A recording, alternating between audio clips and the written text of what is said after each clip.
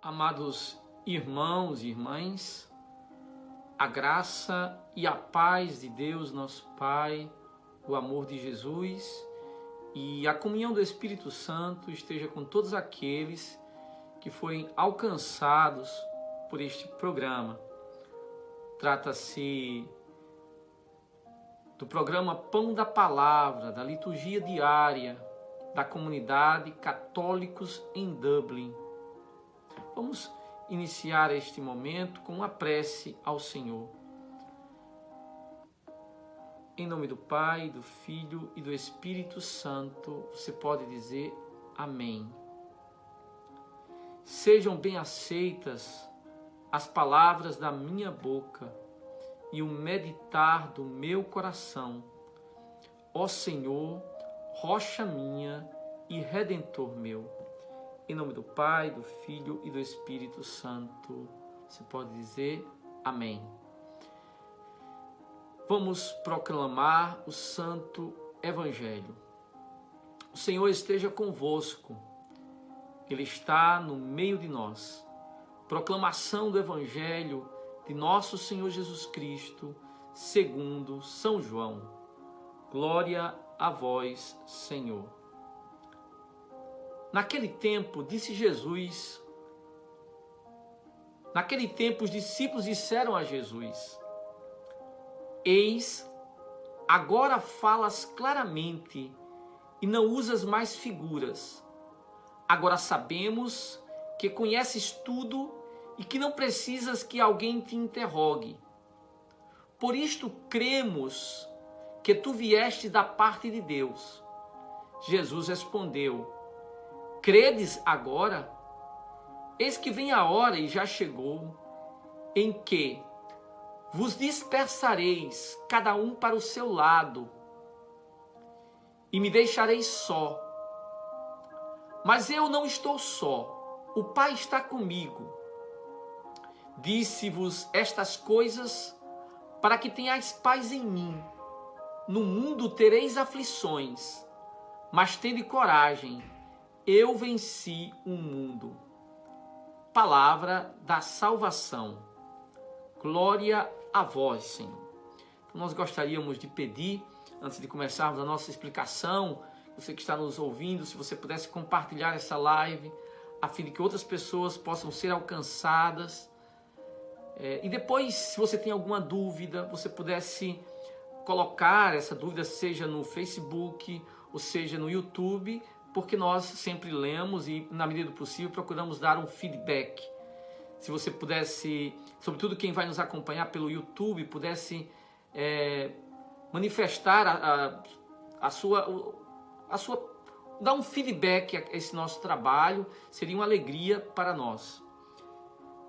Muito bem, amados irmãos e irmãs,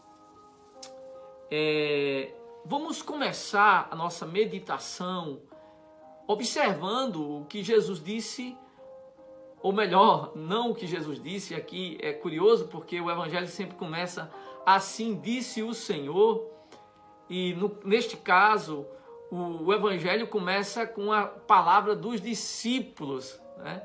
Os discípulos fazem uma declaração: eis que agora falas claramente e não usas figuras.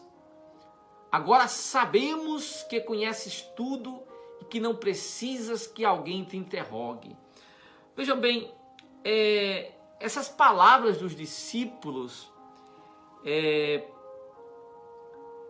elas se baseiam naquelas promessas que o Senhor fizera. O Senhor, em alguns capítulos anteriores, fez algumas promessas aos discípulos. Quais foram elas? Lá no capítulo 16, verso 13, ele disse: quando vier o Espírito da verdade, ele vos conduzirá à plena verdade. Depois, no versículo 23 desse mesmo capítulo, o Senhor Jesus nos diz, faz uma profecia: naquele dia não me perguntarás nada. Ou seja, Jesus está falando que os discípulos irão entender, porque até aquele momento eles não estavam compreendendo. E de repente os discípulos, o evangelho começa com essa declaração arrojada dos discípulos, em que eles dão a entender que entenderam. Eles compreendem que aquela profecia que o Senhor fizera já se cumprira e que eles agora têm a plenitude do conhecimento e que eles têm aquela fé perfeita. Ouvindo essas palavras em que os discípulos imprudentemente imaginam, declaram que aquela hora que Jesus profetizara já chegara e que eles têm o pleno conhecimento. Olha, amados irmãos, quando eu me deparei com esse versículo, com essa declaração dos discípulos, me ocorreu, eu fiz filosofia há muito tempo atrás, já esqueci muita coisa, porém, não esqueci uma das primeiras aulas de filosofia, que é aquela aula que fala sobre o paradoxo socrático. O que é isso, o paradoxo socrático? Veja, se narra, os professores sempre falavam nisso, que se foi até uma pitonisa do oráculo de Delfos, se fez uma pergunta a ela: quem é o homem mais sábio da Grécia? Quem é o homem mais inteligente, mais sábio da Grécia naquele tempo? E a resposta está exatamente aqui. Se apresenta Sócrates nesse sentido, porque Sócrates tinha a seguinte filosofia: só sei que nada sei. Bom, claro que aqui não é uma aula de filosofia e nem eu pretendo fazer isso, não é no meu feitio. Porém, achei curioso essa afirmação socrática. Por quê? Porque, na verdade, o princípio da sabedoria é conhecer a própria ignorância. O homem sábio, se ele não souber nada, ele entende algo. Ele entende que seu conhecimento é limitado. E mesmo que ele já tenha entendido alguma coisa, sempre que nós entendemos alguma coisa, nós entendemos que ainda não entendemos muitas outras. E o grande problema dos apóstolos aqui é que eles imaginam já estar na plenitude do conhecimento. E eu estou dizendo isso porque, na minha experiência pastoral, no meu trabalho como sacerdote, o sacerdote tem um tríplice ministério: pastorear, ou seja, governar a igreja em nome de Cristo; santificar, ou seja, administrar os sacramentos; e ensinar. E uma das coisas que eu digo que é mais frustrante é exatamente no exercício do munus do ensino, do ensinar. Por quê? Porque muitas pessoas na igreja estão como esses discípulos aqui. Elas pensam que já sabem tudo, que não precisam de formação, que não precisam estudar, que não precisam parar para meditar a palavra. Elas acham... Uma das maiores queixas que as pessoas me fazem é: Frei, foi muito longa a pregação, foi muito longa a explanação, devia ser mais sucinto. E isso ocorre não só... Bom, eu reconheço que não sou uma pessoa não tenho o dom da síntese, mas eu também reconheço que boa parte dessas afirmações se deve ao fato de que as pessoas não sabem que não sabem. Elas não entenderam que não entenderam ainda, e que precisam estudar, que precisam conhecer, que precisam aprofundar o conhecimento, que precisam crescer no conhecimento. Porque se Jesus diz assim, nós temos que amá-lo. Ninguém ama o que não conhece, por isso precisa conhecer mais, precisa aprofundar. E aqui muitos discípulos estão como estes aqui, que não sabem, que não entenderam, que ainda não entenderam o suficiente, que precisam crescer no conhecimento. Bom, essa é uma primeira lição, primeira aplicação que a gente pode fazer deste desse ensinamento. E claro, não entenderam porque, por uma razão simples, ainda não tinha vindo o Espírito da verdade, Pentecostes não tinha acontecido. E é só em Pentecostes, só com o Espírito Santo, que os homens terão esse conhecimento. E é curioso que Jesus, ele dá um choque de realidade. Me agrada o método do Senhor. Jesus diz, vocês vão me abandonar, vocês vão me trair de certa forma. É isso que Jesus está dizendo. Vocês vão se dispersar, vão passar por uma crise. Exatamente porque não têm o conhecimento suficiente para enfrentar a dificuldade, para enfrentar o dilema. Estão na ignorância, por isso vacilam na fé, por isso tropeçam na fé, pela ignorância da verdade sobre Jesus Cristo. E Jesus mostra isso para eles, né? Jesus não é muito do politicamente correto. Ele diz a verdade. Olha, vocês vão me abandonar, vocês estão dizendo isso aí é um blefe, vocês estão falando, vocês não estão assim fortificados ainda, né? Jesus, ele dá um choque de realidade. Às vezes a gente fica escandalizado quando às vezes a gente precisa dar uma palavra mais realista para os fiéis, mas Jesus fazia isso também. Jesus também tinha esse modus operandi. Bom, dito isso, vamos para um versículo que eu penso ser muito pertinente em nossos dias. No final, Jesus diz assim,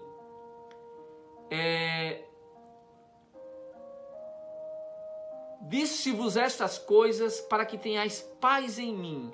No mundo tereis tribulações, mas tende coragem, eu venci o mundo. Eu gostaria de me deter um pouco na primeira afirmação do Senhor. Ele diz assim, no mundo tereis aflições. Eu fico impressionado com a sinceridade do Senhor. O Senhor está falando aos seus discípulos e o Senhor não engana os seus discípulos. Ele diz, no mundo tereis aflições. Jesus não faz propaganda enganosa. Ele não faz promessas exageradas. Preste bem atenção. Até quando ele faz uma promessa, eu lembrei daquela promessa que o Senhor nos faz em Marcos. Vamos ver aqui o texto de Marcos. Penso que convém citá-la. O Senhor faz uma promessa, de fato. Ele nos dá uma promessa. Marcos, se não me engano, Marcos 10, 30. Ele diz assim, olha o que o Senhor diz.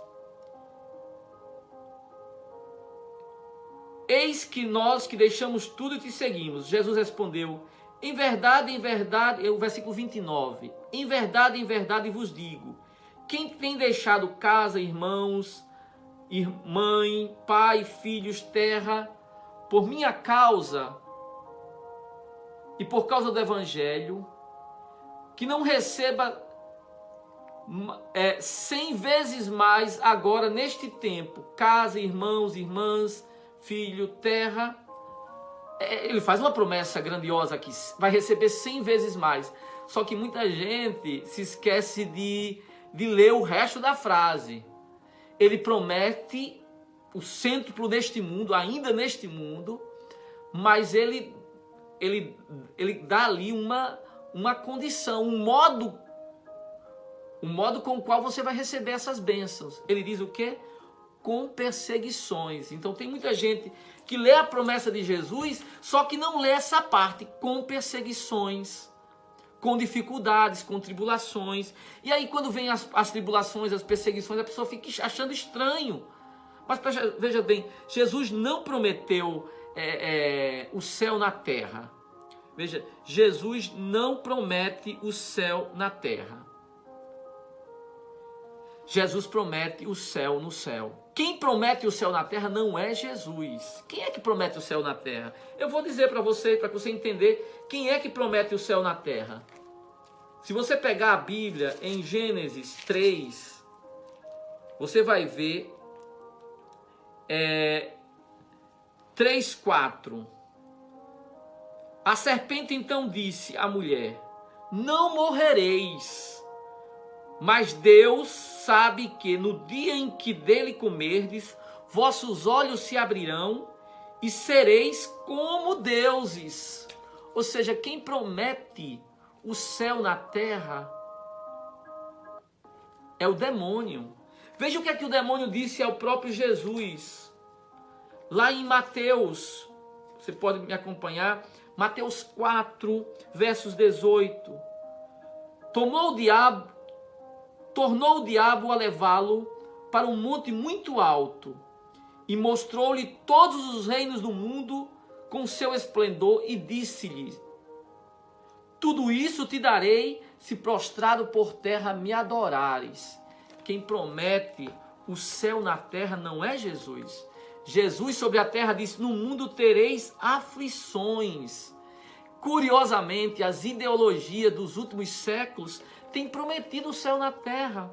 Imagine a proposta, a promessa da Revolução Francesa: igualdade, liberdade e fraternidade. Prometeram o céu na terra. Mas foi que veio a guilhotina.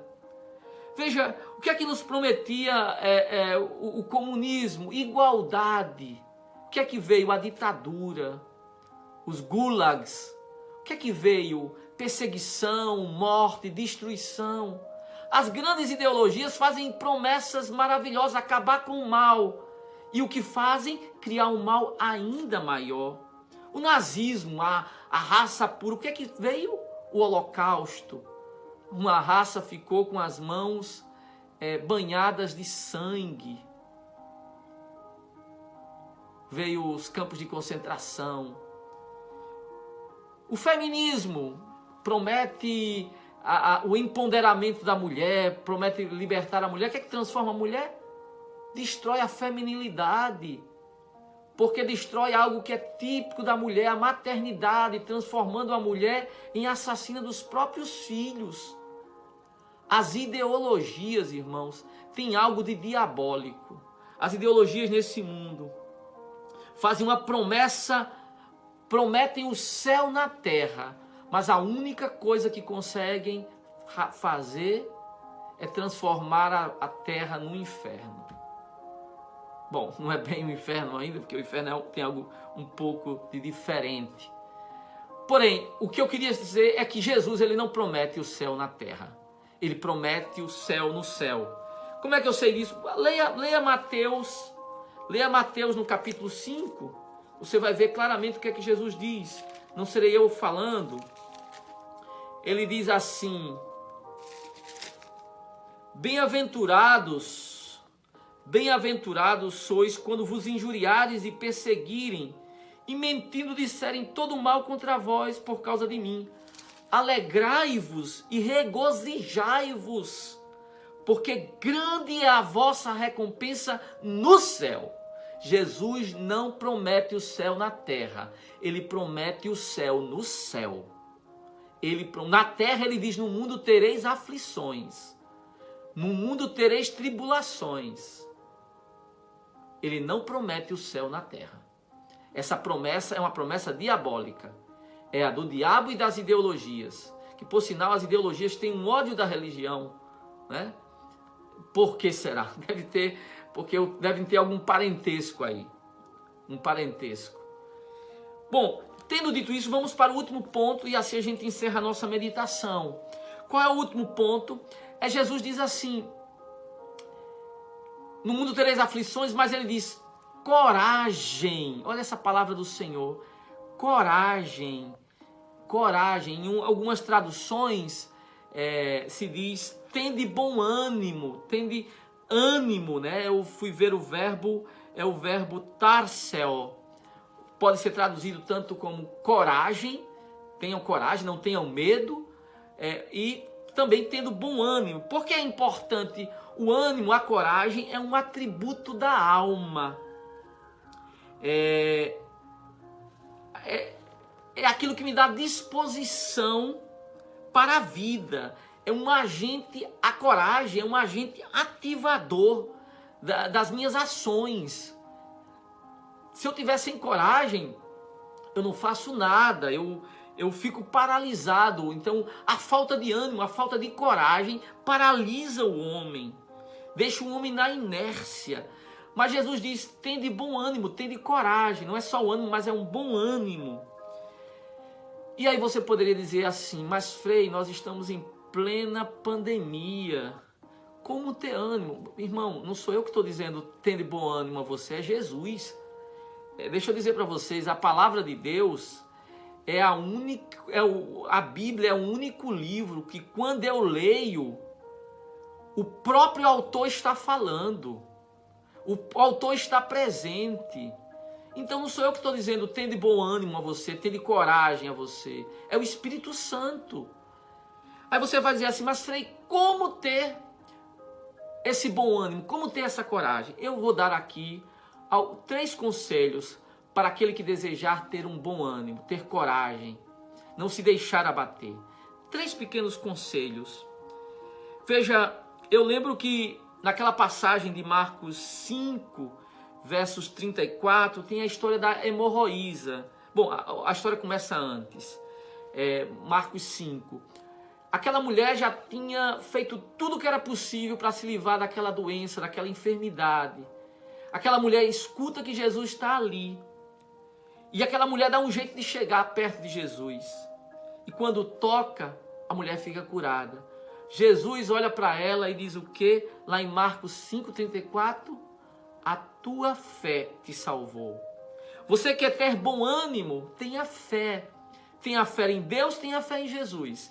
Esse é o segredo do ânimo, da coragem, da disposição. A pessoa que tem fé, ela tem coragem. Veja o que diz o Salmo 30, verso 6.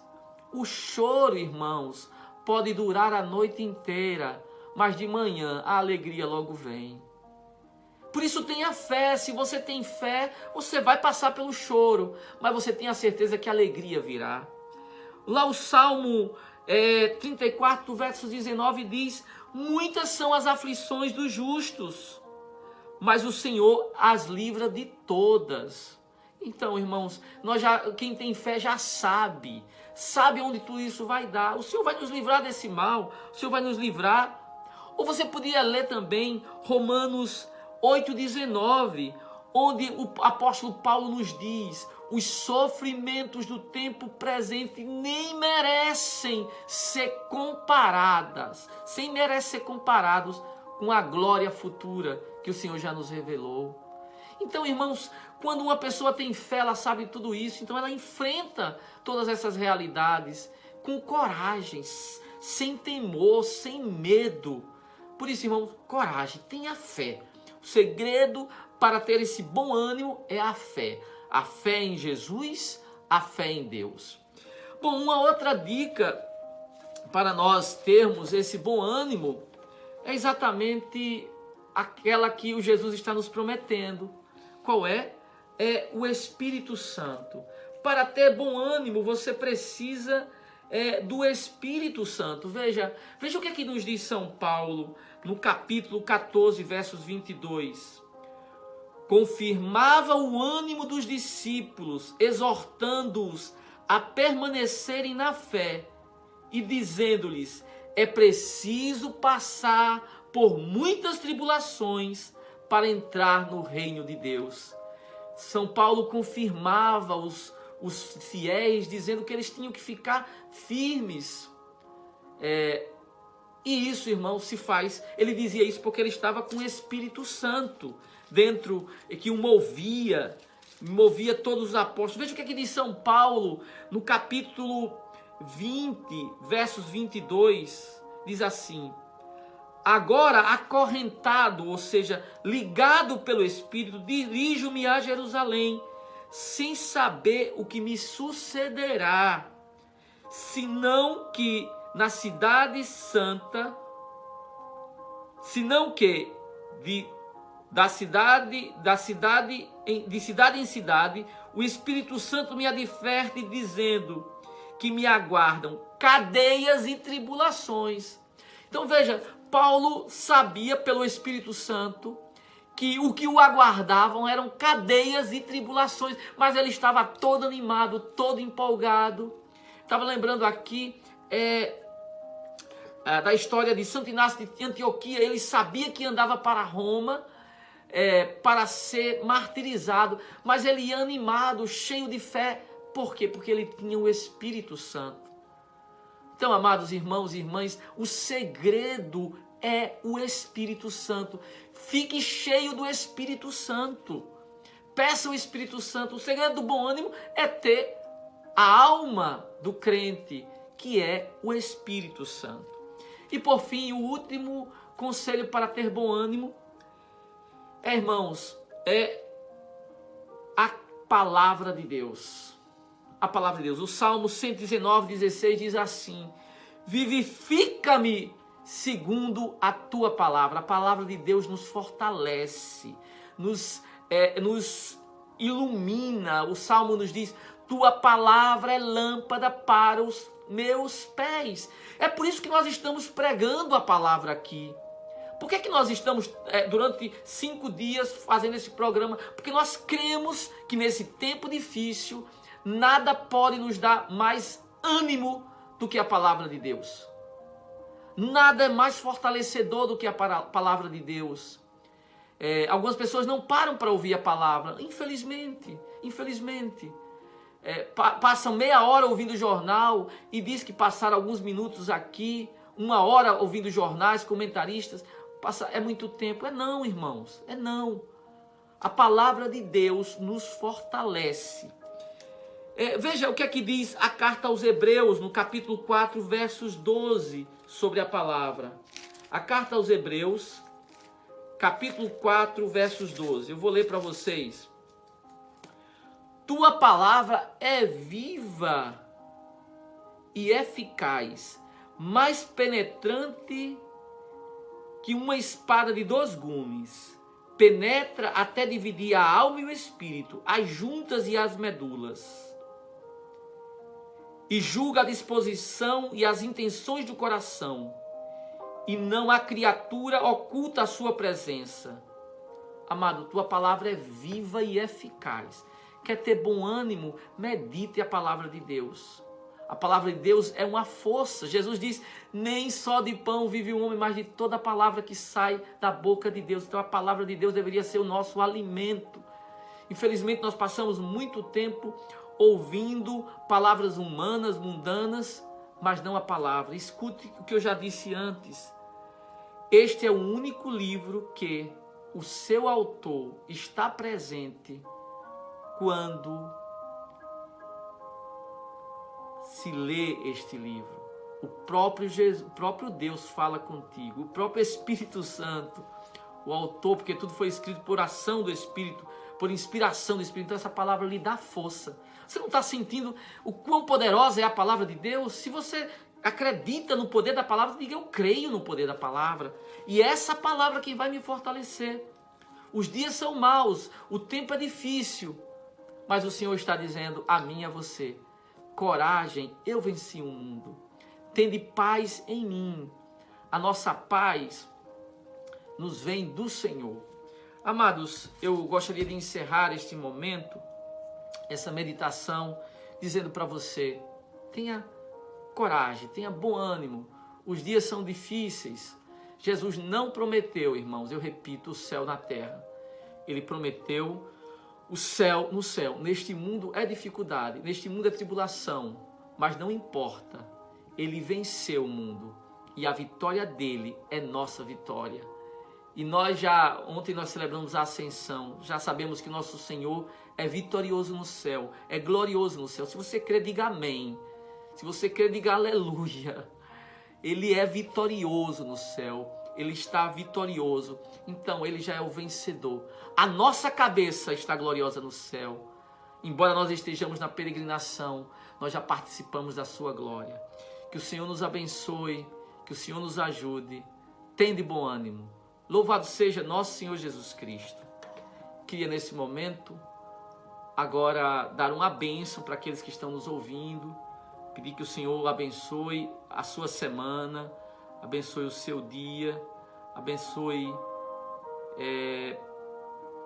esse começo de semana para você.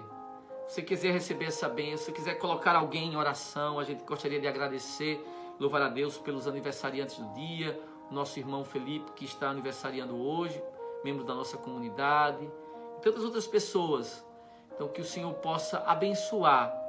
E pessoas que estão deprimidas, que estão tristes, pessoas que estão passando por dificuldades, pedir ao Senhor. Pessoas têm mandado muitas mensagens pedindo oração porque estão desesperadas, porque estão com medo, porque estão aflitas. Escute essa mensagem, irmão. Coragem, eu venci o mundo. Tenha de bom ânimo. Não deixe que o desânimo venha arrastar o seu coração. Então vamos dar essa bênção, pedindo ao Senhor que essa palavra de Jesus encha o seu coração de força, encha o seu coração de fé, encha a sua vida.